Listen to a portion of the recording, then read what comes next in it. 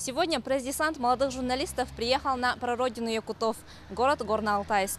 Республика Алтай славится высокими хребтами, алтайским медом, первозданной природой и, конечно же, людьми. Численность населения составляет 200 тысяч человек. Горно-Алтайск граничит с Казахстаном, Алтайским краем, Китаем, Монголией, Тувой и Хакасией. Первым делом журналисты встретились со своими коллегами, сотрудниками Горно-Алтайского филиала ВГТРК России. Директор филиала Татьяна Кончева провела экскурсию, познакомила с работой канала. Журналисты презентовали свои издания: газеты «Саха-Сире», «Эдерса», «Скым», телеканал «Якутск ТВ», информационное агентство «ЕСИА».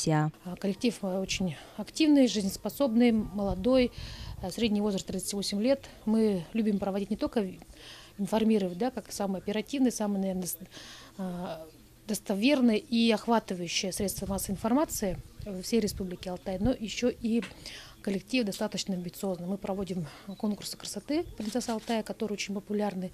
Проводим турнир ММА, бои без правил. То есть любим проводить различные такие интересные проекты, чтобы зрителям было интересно. И телевидение – это все-таки шоу, и все это сочетается в одном у нас лице, и в то же время и зарабатываем на этих проектах деньги. После этого состоялся круглый стол с молодыми лидерами Горно-Алтайска, представителями общественных объединений города и республики. Председатель комитета Госсобрания Ал-Курултай по образованию, культуре, спорту и молодежной политике и средствам массовой информации Вячеслав Уханов рассказал молодым журналистам о работе, которая ведется в сфере культуры и СМИ Горного Алтая.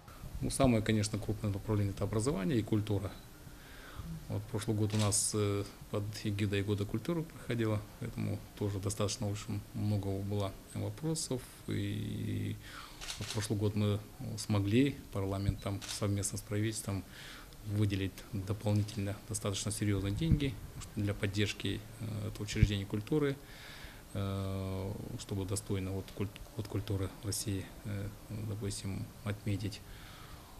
Что касается системы образования, конечно, у нас тоже в этом году заканчивается у нас до 1 января 2016 года мы должны по указу президента обеспечить всех детей от 3 до 7 лет местами в дошкольных учреждениях. Но это до конца года еще есть у нас время, до декабря месяца, совместно с правительством пытаемся тоже этот вопрос решить.